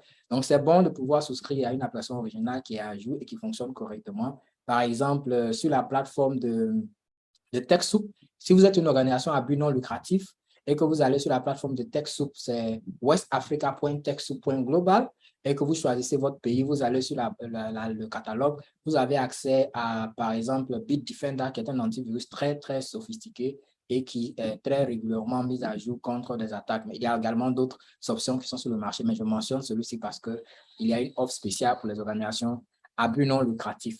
Et n'empêche que certaines intrusions peuvent ne pas être facilement détectables. Et donc, l'un des meilleurs moyens, c'est de se prémunir et ne pas cliquer sur tous les liens qu'on voit, ne pas télécharger. Mais si vous avez un informaticien, un technicien et qui fait régulièrement des mises à jour et des inspections, s'il y a des activités suspectes sur les réseaux, ce sont des choses qui peuvent être détectées pour pouvoir apporter les moyens de remédiation. OK. Merci beaucoup, Franck. Nous avons reçu de M. Kevin un commentaire et une question. Le commentaire est: le vrai problème, c'est le manque de moyens. Et je pense que Franck vient de répondre également à cela, notifiant que sur le site de TechSoup, vous avez la possibilité d'avoir un antivirus performant, Bitdefender, et je viens de poster le lien dans l'espace de discussion. Vous pouvez cliquer pour voir les différentes offres que nous avons. Ensuite, il y a une question de... OK. Il y a toujours un commentaire de Kevin qui dit: par contre, si possible, qu'un projet de Waxy puisse aider les membres à avoir accès aux logiciels non contrefaits à coût subventionné, ce serait top. Oui, je pense qu'on vient de répondre à cela. Il y a 3 questions venant de M. Messan. La première question est: comment détecter des logiciels virus? OK, je pense que ça rentre dans le même cadre que la question précédente de Belle, mais je veux juste toucher à la question de Florent qui demandait est-ce qu'on peut apporter un appui pour les produits subventionnés. Whitney vient de mentionner que, effectivement, cette intervention que nous avons s'inscrit dans le cadre d'un projet qui est appuyé par la Fondation Ford, qui offre l'appui à des organisations à but non lucratif d'au moins 7 pays, de pouvoir bénéficier d'une assistance technique et de pouvoir accéder à des logiciels qui sont certifiés, qui sont authentiques, à prix subventionné et qui sont déjà pris en compte par le budget ou, disons, l'appui que le partenaire offre aux organisations. Donc, pour toutes les organisations qui ont postulé et qui ont été retenues dans le cadre de ce projet, vous n'avez pas à débourser des sous pour pouvoir bénéficier de ces différentes applications authentiques. Si vous avez un intérêt à bénéficier de ces applications et que vous n'avez pas été sélectionné dans le cadre de ce projet parce que le nombre de places est limité, vous pouvez toujours souscrire à la plateforme de TechSoup si vous ne l'avez pas encore fait. Vous pouvez passer votre demande et vous recevrez l'accès à des produits qui sont à très haut niveau de subvention.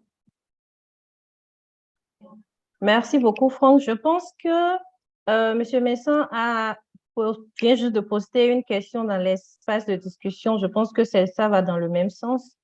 Il dit, quels conseils pourriez-vous nous donner sur les cookies dans toutes nos activités sur Internet? Merci beaucoup, Messon, pour la question sur les cookies. C'est un peu une question ou une préoccupation souvent qui peut être perçue différemment en fonction de l'intérêt qu'on a ou, je sais pas, des préoccupations qu'on a. Certaines personnes voient les cookies comme étant des éléments qui facilitent la navigation parce qu'une fois vous acceptez les cookies et que vous accédez à ces mêmes plateformes dans votre navigation prochainement, l'accès est beaucoup plus facile en fait parce que c'est un peu comme des points de relais, n'est-ce pas? Des données sont dans la mémoire cache de votre système et donc le niveau de ressources que le système va utiliser pour pouvoir vous fournir les informations au départ, avant que vous fournissiez les cookies, est nettement moins quand vous avez les cookies qui sont activés, parce que les cookies déjà permettent de construire une mémoire artificielle et qui vous permet d'accéder aux informations très facilement. Voilà, donc si vous avez pour intérêt la convenance, n'est-ce pas, vous allez peut-être choisir les cookies. Personnellement, je préfère chaque fois que j'en ai la possibilité de refuser les cookies. Voilà, chaque fois que j'en ai la possibilité de refuser les cookies, parce que je me dis que c'est un prix nécessaire à payer. Donc, si je veux visiter une plateforme et je veux avoir accès à des informations, ce n'est pas une préoccupation essentielle pour moi de savoir que les ressources utilisées ou bien le temps d'accès aux informations ou le niveau qu'il faut de relais qu'il faut passer est long ou est court, pourvu que j'ai accès aux informations que je veux. Mais ce que je peux recommander lorsque vous avez besoin d'accéder à des informations, que vous devez faire une option concernant les cookies, il faut chaque fois regarder voir les paramètres de cookies, n'est-ce pas? Quand vous allez sur voir les paramètres de cookies, il y a plusieurs options. Il y a des cookies qui sont absolument obligatoires, qui sont nécessaires à faciliter la navigation. Et maintenant, il y a des cookies qui sont optionnels, n'est-ce pas? Des informations additionnelles sur vous, pour les questions de marketing, pour vous faciliter le choix la prochaine fois, la localisation, toutes ces choses. Généralement, il faut désactiver ce qui n'est pas obligatoire et seulement vous contenter de ce qui est obligatoire. Mais souvent, en fonction de la sensibilité du site et de la sensibilité de l'information qui est recherchée, vous pouvez même préférer carrément payer le prix de ne pas avoir accès à l'information que de livrer vos informations ou bien que d'accepter le cookie si vous n'avez pas d'autre option de base. Voilà. OK, merci beaucoup, Franck. Je vois M. Kangé, excusez-moi de la prononciation, qui a levé sa main. Est-ce que votre question va dans le même sens que la questions posées précédemment? Si oui, vous pouvez y aller. Je m'appelle Kamge, c'est Colibri Cameroun, basé dans une vieille brousse à 350 km de Yaoundé, 350 km de Douala. Vraiment, j'ai écouté religieusement les présentations des orateurs et je comprends que le chemin est encore long. Surtout pour nous qui travaillons avec des populations clés, notamment les MSM et les TS. Vous comprenez qu'on a un réel problème de sécurisation des données, on a vraiment un réel problème de tout ce qui est lié à la sécurisation des données. Je voulais demander aux experts orateurs qu'est-ce qu'ils peuvent nous conseiller pour le cryptage des informations. Merci. OK, merci beaucoup. Franck, Merci beaucoup, tu as la monsieur parole. Kamge. J'aime bien la localisation géographique à 350 km de Yaoundé, 350 km de Douala. Nous vous souhaitons tout le meilleur au Cameroun. Alors, pour la question que vous avez posée, il y a plusieurs applications qui permettent de faire le cryptage des données. Et lorsque vous parlez de sécurisation des données, il y a plusieurs types de données ou bien plusieurs phases dans lesquelles on parle de sécurisation des données. Il y a ce qu'on appelle les données au repos, il y a ce qu'on appelle les données en transit. Et donc, les données au repos, par exemple, sont les données que vous avez en stockage sur votre ordinateur, sur un système cloud, qui ne sont pas de façon active au moment clé être en train d'utiliser pour atteindre un objectif. Donc, ce sont les données qui sont dans votre répertoire, dans vos dossiers et tout. L'un des meilleurs moyens de les sécuriser, c'est d'utiliser des plateformes de stockage qui ont un système de cryptage très renforcé. Par exemple, lorsque vous souscrivez à la plateforme ou à l'abonnement de l'application Microsoft 365, il y a plusieurs niveaux de souscription. Et généralement, quand vous nous contactez, nous vous donnons des informations sur les différents niveaux d'accès et le niveau de sécurisation. Donc, il y a les accès de base pour les licences basiques et maintenant, il y a des licences qui ont un niveau avancé. Dans ces licences de niveau avancé, il y a ce qu'on appelle Advanced Threat Protection. Et puis, il y a ce qu'on appelle aussi Mobile Device Management, c'est-à-dire la gestion des appareils mobiles. Et il y a d'autres mécanismes de protection. Lorsque vous souscrivez à ces options payantes qui ont un niveau de sécurisation raisonnable, vous avez une protection supplémentaire, n'est-ce pas, en termes de protection ou de stockage de vos données. Si vous avez, par exemple, d'autres options, pas uniquement dans le cadre de l'abonnement au compte Microsoft 365, il y a d'autres applications telles que Box. Box a un système de stockage qui est très sécurisé, est très élevé, que vous pouvez également utiliser. Il y a aussi DocuSign qui permet de faire la signature, l'approbation de documents, qui permet aussi de pouvoir préserver vos documents, surtout pour ceux qui sont dans le domaine humanitaire, dans les domaines de gestion de données sensibles, n'est-ce pas? Donc, ça, c'est pour les données au repos. Maintenant, pour les données en transit, ça peut être soit les cartes d'email, généralement les emails, ou bien ça peut être à travers des chats privés. Et j'ai mentionné certains exemples de plateformes de chat qui ont un système de cryptage qui est très élevé. Par exemple, Signal. Si vous êtes dans un domaine qui est très sensible et que vous devez partager des données sur une plateforme de chat, je vous encourage vivement à utiliser Signal parce que Signal a un niveau de cryptage qui est beaucoup plus élevé que WhatsApp et qui est aussi beaucoup plus élevé, enfin, je vais de façon intégrale. Parce que Signal ne fait pas, par exemple, le backup. Donc, en termes de cryptage à proprement parler, ils sont presque au même niveau, mais Signal ne fait pas le backup. Donc, on ne peut pas plus tard accéder à ces données pour pouvoir soutirer des informations. Voilà, donc, et maintenant, quand il s'agit des emails, en fonction de la nature des emails que vous envoyez, si vous utilisez par exemple Microsoft 365, lorsque vous saisissez un email avant de l'envoyer, il y a une option quand vous allez sur plus au bas ou au haut de votre page de composition d'email, où vous pouvez choisir d'activer le cryptage de l'email. Donc, lorsque vous choisissez le cryptage de l'email, tout email que vous allez envoyer à ce moment-là a un niveau de protection beaucoup plus élevé que des emails standards. Donc, souvent, vous pouvez envoyer des informations qui sont très sensibles à un bailleur ou bien même entre vous, à un financier ou à un partenaire ou bien même qui concerne des communautés que vous voulez être protégé de façon extraordinaire. Et je pense que Google également doit avoir cette option, mais certainement, je recommanderais beaucoup plus dans ce cas-là Google Workplace, qui est pour les organisations à but non lucratif que le Gmail standard, quand bien même certains mécanismes de sécurisation peuvent être mis en place. Donc ça, c'est un peu les éléments de base. Mais si vous voulez maintenant voir l'aspect matériel, vous pouvez aussi activer des VPN sur vos ordinateurs pour pouvoir mettre une protection supplémentaire en place pour ne pas que vos données soient facilement accédées à travers le matériel, à travers le réseau, à travers les données au repos ou les données en trafic. Merci beaucoup, Franck. Monsieur Kangué, si Franck a répondu à votre question, vous pouvez baisser la main. Pour revenir aux 3 questions de Monsieur Messon, la deuxième question, je pense que c'est plus sur des tuyaux. Comment reconnaître des applications ou logiciels piratés?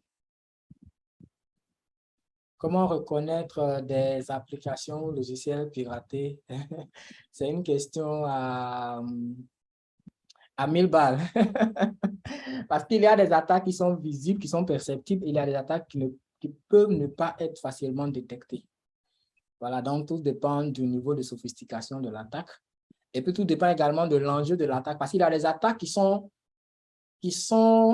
menées pas pour être déployées de façon immédiate. Donc, il y a des attaques qui sont, quelle est la bonne expression? Qui sont en veilleuse. Donc, vous avez d'abord, donc l'attaque peut se faire à plusieurs niveaux, à plusieurs étapes. Donc, vous avez d'abord une intrusion. Donc, la première des choses à faire, c'est de faire ce qu'on a appelé le profilage de la personne, faire la surveillance, faire la collecte des données, ce qu'on appelle le social media engineering, faire toutes les collectes de données et tout ça, chercher les failles, chercher les vulnérabilités, que ce soit à travers le réseau, à travers l'appareil ou à travers les applications, lancer une intrusion dans le système et puis garder votre présence en veilleuse. Donc, vous allez, l'attaqueur peut venir en mode invisible et donc il est caché dans le système pendant une longue période. Et pendant toute cette période, il fait la surveillance du système pour voir quel type de données, à quel niveau il y a des sensibilités. Et quand on parle de sensibilité, les données peuvent être, par exemple, sur des données privées des individus que vous stockez sur vos appareils. Ça peut être des données de carte de crédit, ça peut être des données bancaires, ça peut être des données de votre organisation sur les finances et toutes ces choses-là. Donc, il y a plusieurs types également, plusieurs niveaux de confidentialité ou de degré de confidentialité des données. Donc, ce sont ces choses-là que le système, le virus va chercher à identifier. Et maintenant, quand le moment est propice, il y a maintenant une propagation dans le système. Donc, à la question de savoir comment identifier une intrusion d'un malware ou d'un virus, je veux dire c'est vraiment relatif. Cela dépend du degré de la force de l'attaque, de l'intention et puis des outils qui sont utilisés. Mais pour vraiment minimiser l'impact de ces attaques, parce que ce que nous sommes en train de dire aujourd'hui, ce n'est pas de dire qu'en faisant toutes ces choses, on n'aura jamais une attaque. La protection 100% n'existe pas dans le monde actuel. En fait, la meilleure manière de ne pas être attaqué, c'est de n'utiliser aucun appareil. Mais même avec ça, vous pouvez toujours être atteint par d'autres moyens parce que, bon, vous pouvez être connecté à quelqu'un qui est vulnérable. Donc, ce que je veux dire, c'est que ce que nous préconisons, ce n'est pas nécessairement d'imaginer une hypothèse ou un scénario d'invulnérabilité à 100%, mais c'est de se dire qu'au cas où une attaque survient, qu'est-ce que je peux faire ou quels sont les moyens que j'ai mis en place pour pouvoir être à l'abri ou pour minimiser l'impact de l'attaque. Et donc, ce sont ces choses que nous avons mentionnées.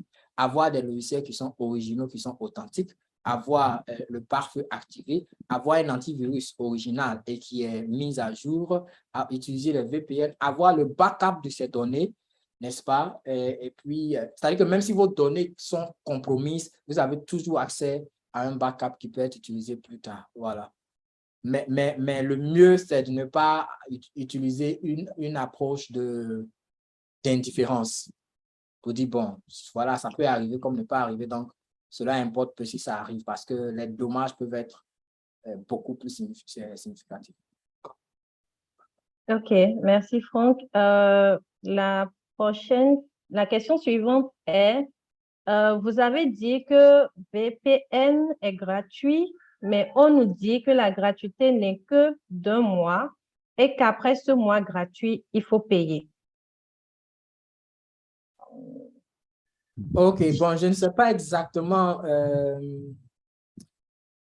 lequel des VPN ici est mentionné, mais il y a, comme je dis, bon, vous pouvez utiliser le VPN de votre fournisseur d'accès de téléphonie, par exemple. Donc, si vous utilisez MTN, Orange, tout ça, vous pouvez, à travers le routeur que vous utilisez, vous pouvez vérifier sur la plateforme le système administrateur, vous cherchez, vous allez voir l'option VPN. Si vous n'êtes pas sûr, vous pouvez les contacter pour qu'ils puissent vous assister. Vous pouvez utiliser le VPN associé au système d'exploitation que vous utilisez, que ce soit Windows ou bien Mac. Et vous pouvez également utiliser, il y a des logiciels d'antivirus qui ont des VPN qui sont offerts séparément. Par exemple, avec Bitdefender, vous pouvez utiliser le VPN de Bitdefender, n'est-ce pas? Donc, dans le cas présent, je ne sais pas exactement de quel VPN vous parlez, mais je peux également vous partager le lien, un lien pour un VPN auquel vous pouvez avoir accès au cas où cela vous intéresserait. OK. Voilà. On peut continuer avec la prochaine question. OK, merci Franck. J'aimerais mentionner que nous avons 5 à 7 minutes pour répondre aux différentes questions que nous avons. La prochaine vient de Monsieur Moussa qui demande quelle est la différence entre cybersécurité et cyberattaque. Merci beaucoup, Moussa. Donc, la cybersécurité, c'est l'ensemble des dispositifs, des mécanismes et systèmes mis en place pour se prémunir contre des attaques ou répondre à des attaques de à des cyberattaques. Voilà, donc la cybersécurité, c'est l'ensemble des politiques, des pratiques, des dispositifs qui sont mis en place pour assurer la protection et la sécurisation du dispositif informatique. Et la cyberattaque, c'est l'offensive où ce sont les tentatives d'accès non autorisés à des appareils, à des logiciels ou à des réseaux d'utilisateurs en vue de soutirer des informations ou de porter préjudice à l'utilisateur ou à la cible. Merci. OK, merci beaucoup, Franck. La deuxième question qui vient toujours de M. Moussa est comment faire pour récupérer un compte piraté?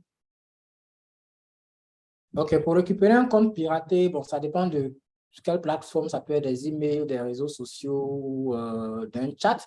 Par exemple, je sais qu'il y a, c'est une pratique assez courante maintenant, les plateformes WhatsApp souvent sont piratées. Et nous avons parlé d'activation de l'authentification à 2 facteurs. C'est très, très recommandé. Si vous ne l'avez pas encore fait sur votre compte WhatsApp, je vous encourage à le faire au plus tôt, n'est-ce pas? Sur votre compte WhatsApp, vous pouvez aller dans paramètres et puis activer l'authentification à 2 facteurs. Sinon, souvent, vous trouvez sur un compte WhatsApp où vous êtes l'administrateur ou bien quelqu'un d'autre est l'administrateur et il n'a pas l'authentification à 2 facteurs activée. Et vous pouvez vous retrouver éjecté de votre propre groupe WhatsApp parce que quelqu'un a un accès beaucoup plus élevé, puis vous n'avez pas aussi sécurisé les paramètres.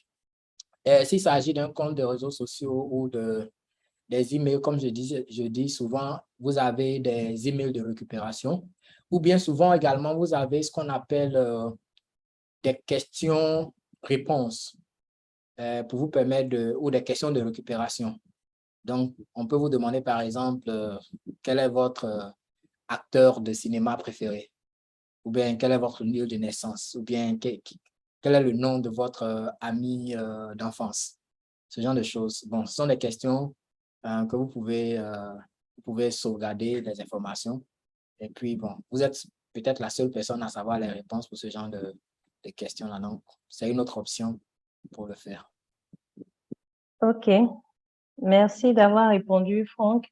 La prochaine question vient de M.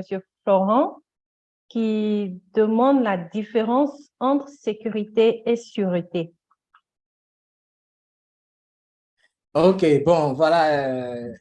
Ici, je pense que la manière simple de le dire, c'est que ce sont des questions de sémantique, n'est-ce pas? C'est peut-être ce qu'on appelle une emphase ou une insistance.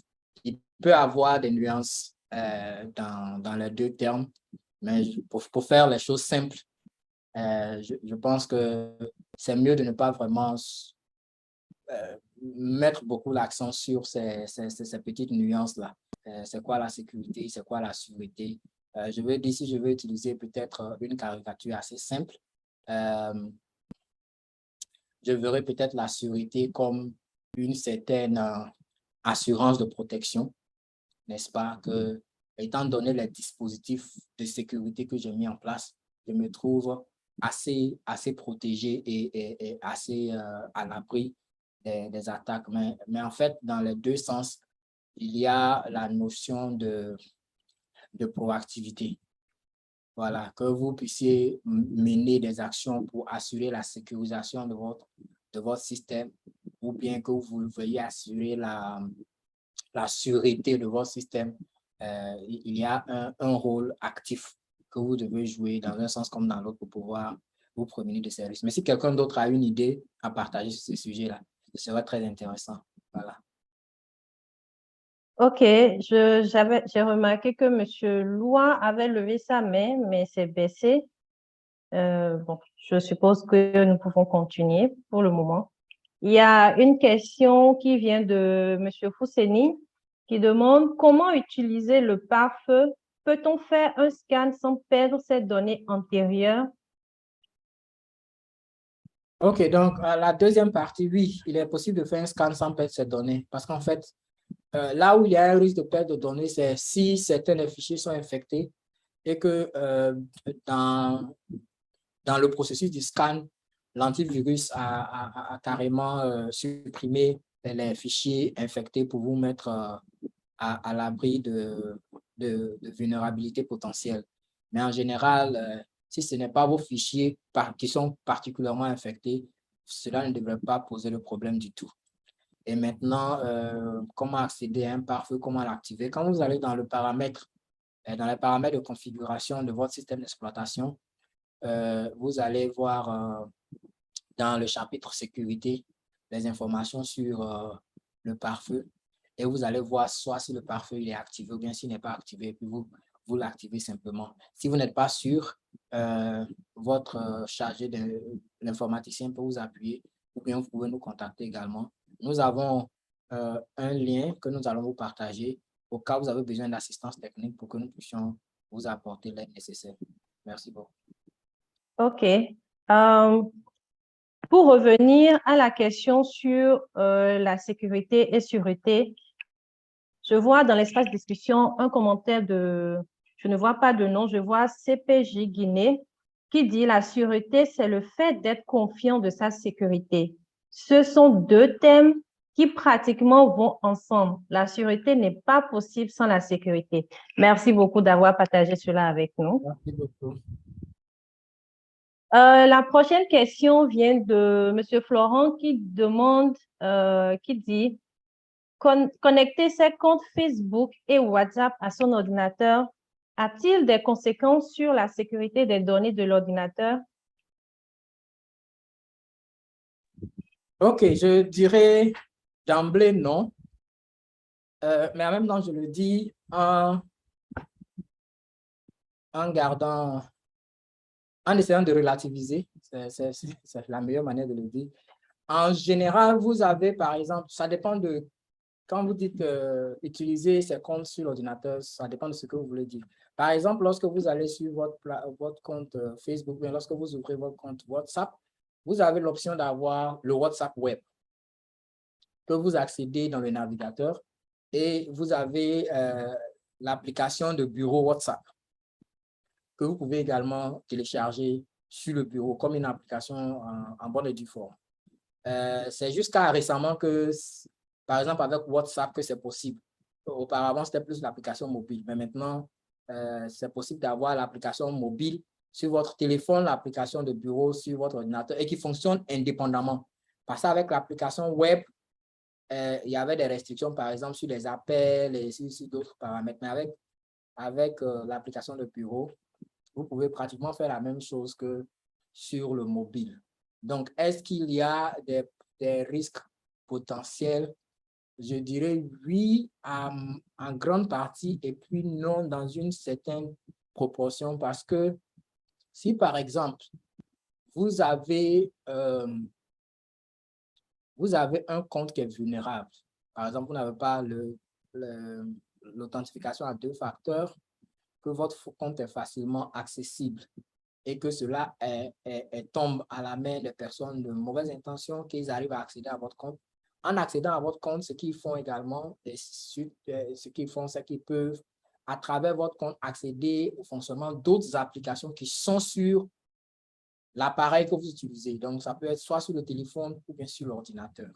Donc, ce n'est pas nécessairement de façon directe, mais de façon indirecte. S'il y a une vulnérabilité du compte, cela peut exposer au-delà du compte d'autres applications qui sont liées, surtout des applications qui sont directement connectées à l'application en question, WhatsApp par exemple. Donc, s'il y a des applications que vous activez depuis WhatsApp, le lien d'attaque est beaucoup plus facile. Et je prends ça pour expliquer quelque chose très brièvement.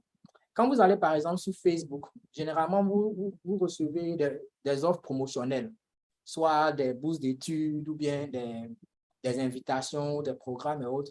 La meilleure chose à faire, dans la mesure du possible, c'est d'éviter de cliquer sur le lien directement sur la page Facebook ou bien sur la page du réseau en question.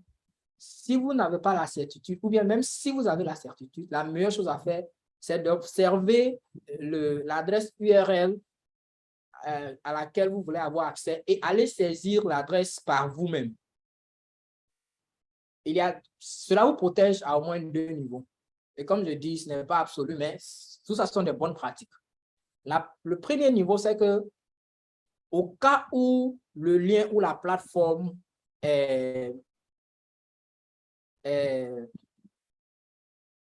je veux dire une mauvaise plateforme ou une plateforme qui est conçue pour attaquer, vous évitez de céder ou bien de tomber dans le piège de cliquer sur le lien.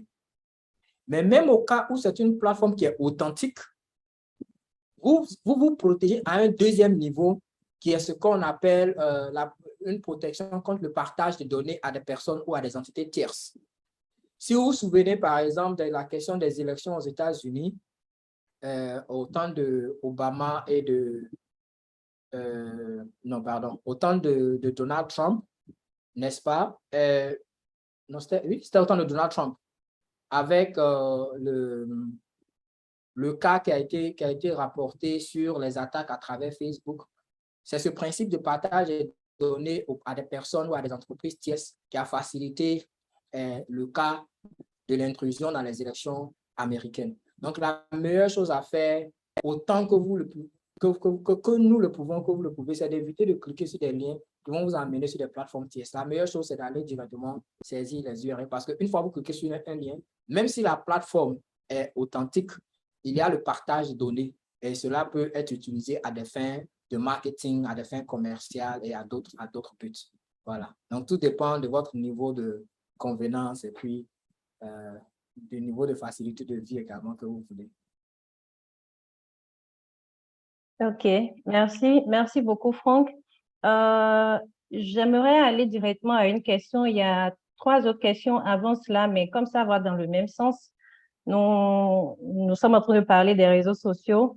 Il y a une question de M. Tolno qui dit « Quels conseils vous nous prodiguez pour protéger les pages Facebook de nos organisations qui peuvent être aussi attaquées? » Rapidement, avant que Franck n'intervienne, j'aimerais mentionner à ce niveau qu'il y a de cela 2 semaines, nous avons organisé un webinaire sur comment protéger nos droits numériques sur les réseaux sociaux. Et nous allons également partager l'enregistrement avec vous dans l'espace de discussion pour que vous puissiez également y jeter un coup d'œil. Franck, as-tu un commentaire par rapport à cela? Oui, Whitney, je pense que tu as déjà apporté un élément de réponse très valable. Tout ce que je vais ajouter, c'est que la sécurité numérique, en général, commence par les individus. Et donc, si vous avez des administrateurs de comptes ou de plateformes de réseaux sociaux dont l'accès au compte est très facile, quelles que soient les politiques que vous mettez en place au sein de l'organisation, vous serez toujours vulnérable. Donc, c'est bon de s'assurer que les personnes qui utilisent ou qui administrent le compte ont elles-mêmes une certaine conscience, une pratique de sécurité pour que cela participe également à la sécurité de l'organisation et de son dispositif. Donc, c'est ce que je vais ajouter en plus de l'accès aux ressources déjà que tu as mentionné. Merci. OK, merci Franck et merci aussi à Stella qui vient déjà de poster le lien vers l'enregistrement du webinaire. Aussi, nous avons une question pour finir avec Monsieur Tolno, une dernière question qui demande est-ce que le site web d'une organisation peut être attaqué par les pirates? Qu'est-ce que vous pensez? Je veux voir des réponses dans le chat. Est-ce que le site web d'une organisation peut être attaqué par des pirates? Oui, non, oui, non. Dans le chat, qu'est-ce que nous pensons au niveau de l'Assemblée? Merci, Pascal dit oui. D'autres personnes? Oui, Taf Housseni, oui. Les autres, qu'est-ce que nous pensons? Fouconier, oui. Florent, oui. OK, donc la tendance est pour le oui présentement. Alors, pendant que d'autres personnes sont en train de servir, c'est vraiment la réponse basique, oui. Et notre site également a été attaqué, le site de Waxi. Il y a eu une période d'attaque brutale qui ont convergé vers le site. Et puis, on finissait par se demander, mais qu'est-ce que nous avons fait? Hein? Quand vous vous trouvez dans cette position, vous posez tous ces genres de questions. Mais qu'est-ce que nous avons fait pour mériter ce genre d'attaque? Pourquoi est-ce que quelqu'un voudrait vraiment... enfin, quelqu'un nous en voudrait? Qu'est-ce que nous avons fait de... Je ne sais pas, pour mériter tout? C'était très récurrent, très intense, dans une bonne période, au moins sur 1 ou 2 mois, de façon très régulière. Lorsqu'on restaure les données, on se retrouve avec une autre attaque et tout. Il a fallu prendre des mesures très draconiennes pour pouvoir minimiser, réduire ou bien, disons, annihiler ces attaques-là. Donc, la question, c'est oui. Le site web peut être attaqué. Le site web peut être attaqué à plusieurs niveaux. Je n'aurai pas le temps d'élaborer, mais au moins, l'un des niveaux de base, c'est le serveur d'hébergement. Facilement, le serveur d'hébergement peut être attaqué. Ça peut être attaqué également en soutirant les données du compte administrateur de celui qui gère le site. Ça peut être attaqué aussi en fonction du niveau de sécurisation. Souvenez-vous, j'ai mentionné que lorsque vous avez le HTTP, n'est-ce pas, vous n'avez pas un certificat de sécurité, ce qu'on appelle le SSL. Donc, il faut activer la sécurisation du site. Donc, à ce niveau également, il peut y avoir attaque. Il y a aussi une autre attaque qui est très classique et qui peut causer beaucoup de dégâts qu'on appelle les attaques d'ingestion. Donc, l'ingestion se fait à travers des tables, ou ce qu'on appelle, ce sont des tables SQL, des tables de base de données. Parce qu'on sait qu'en fait, tout site a dans son arrière-plan ou à sa base des bases de données. Donc, souvent, les gens lancent des attaques comme s'ils essayaient de construire ou bien de faire une demande d'accès à des données d'une table et à partir de là, il peut faire une ingestion dans la base de données du site pour pouvoir vous atteindre. Donc, l'attaque d'un site, c'est oui, et ça peut arriver à plusieurs niveaux. Donc, il faut s'assurer d'avoir un site qui est sur une plateforme d'hébergement avec un minimum de sécurité en place, avoir un certificat de sécurité sur le site. Il faut ajouter le S sur le HTTP pour avoir HTTPS. Il faut avoir, je ne sais pas, des bonnes pratiques en termes d'administration et de protection des données de compte administrateur. Voilà ce que je peux dire brièvement. OK, merci. Merci beaucoup, Franck. Compte tenu du temps, nous allons prendre 2 questions que nous avons reçues depuis un moment de M. Silla. Et la première est, c'est quoi un logiciel anti-malveillant? OK, donc un logiciel anti-malveillant, bon, en fonction du niveau dont on parle ici, vous pouvez avoir des logiciels qui sont beaucoup plus sophistiqués, mais déjà à la base, c'est d'avoir un antivirus, aussi simplement. Mais il y a des logiciels et des applications qui sont beaucoup plus sophistiquées, qui peuvent aller en profondeur pour lancer des investigations en profondeur qu'on appelle forensic, pour identifier des présences ou des attaques suspicieuses. Voilà. Mais déjà, à la base, c'est un antivirus. C'est ça. OK. Vraiment, la dernière question aujourd'hui, ce sera toujours de M. Silla. En parlant des types de menaces, vous avez parlé d'analyse du trafic. Pouvez-vous y revenir? OK, merci beaucoup, Cécilia. Donc, oui, le trafic, c'est que vous pouvez avoir des personnes qui observent les activités sur votre réseau en fonction de là où vous êtes. Vous pouvez avoir soit des personnes qui sont en permanence localisées dans votre environnement ou des personnes qui sont de passage, qui vous observent, qui peuvent ne pas prétendre être en mouvement et puis se stationner dans la proximité de vos bureaux, bien de là où se trouvent vos routeurs pour analyser les activités sur le réseau d'alimentation Internet de votre plateforme pour tenter de détecter une faille. Déjà, en faisant cette analyse, s'il y a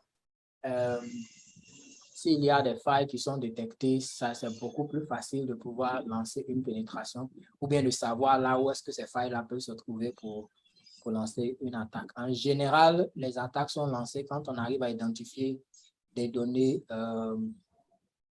d'accès qui ne sont pas chiffrées ou bien qui ne sont pas cryptées. Voilà, donc c'est pourquoi c'est recommandé d'utiliser des sites dont le niveau de sécurisation minimum existe, donc qui ont le certificat avec le HTTPS. Parce que si vous allez sur un site qui a sûrement le HTTP et que vous commencez à naviguer, vous entrez vos noms d'utilisateurs, mots de passe et autres, vous entrez des données qui ne sont pas cryptées.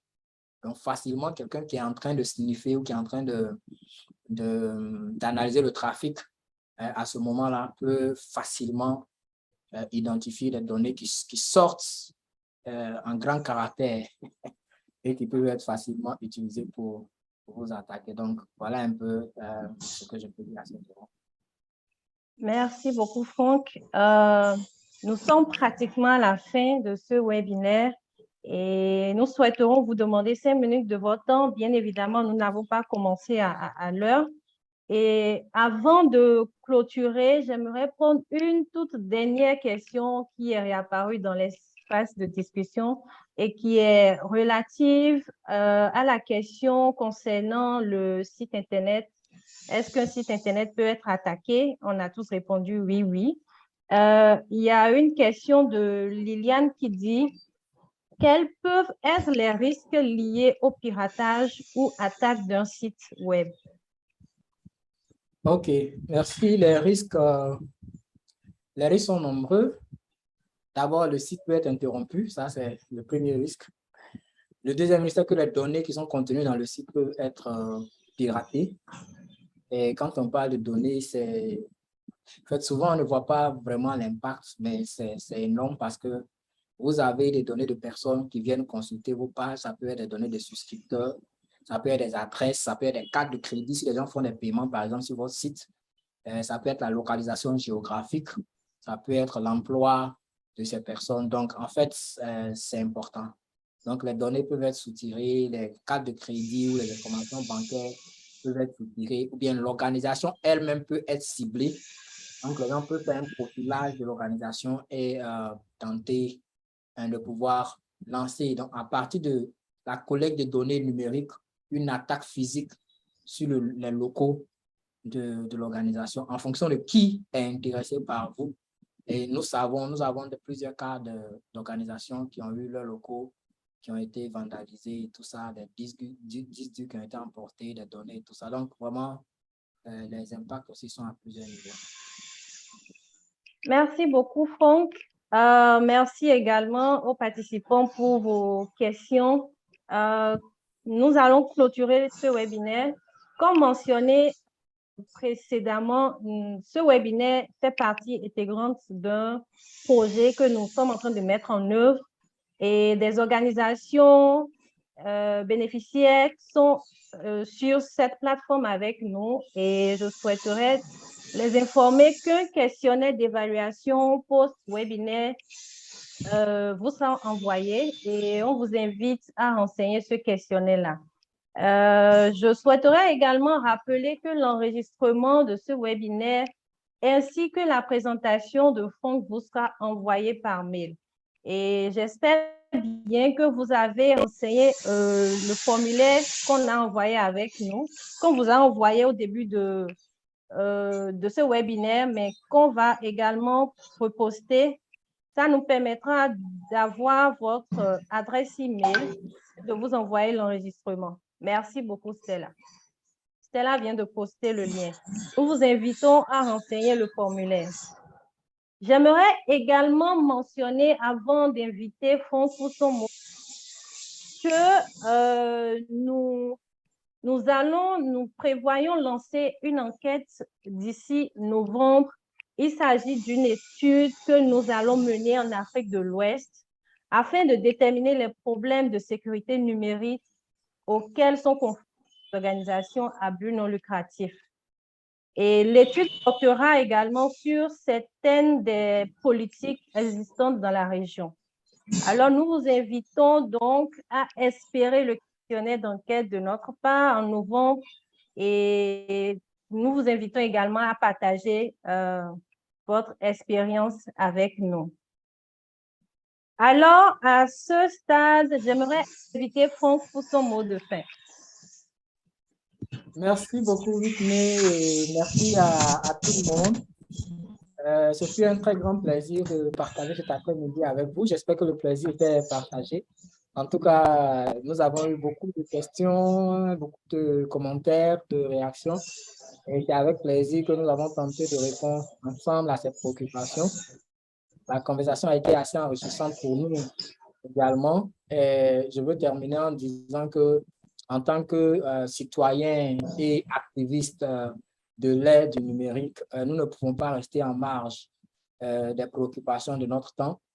Et en tant qu'organisation à but non lucratif, nous n'avons pas d'excuses de faire en sorte de nous mettre à l'abri des attaques ou de pouvoir répondre de façon adéquate lorsque des risques auxquels nous sommes exposés se présentent. Donc, nous devons aussi travailler à pouvoir créer des cercles de solidarité, n'est-ce pas, et participer à la formation, à l'éveil des consciences dans nos organisations et dans les différentes sphères où nous nous trouvons pour que cette connaissance soit partagée par tout le monde et qu'ensemble nous puissions être résilients pour pouvoir être efficaces dans nos interventions d'impact social. Merci encore pour votre temps et pour votre disponibilité. Et nous espérons que cette formation a apporté beaucoup à chacun de nous.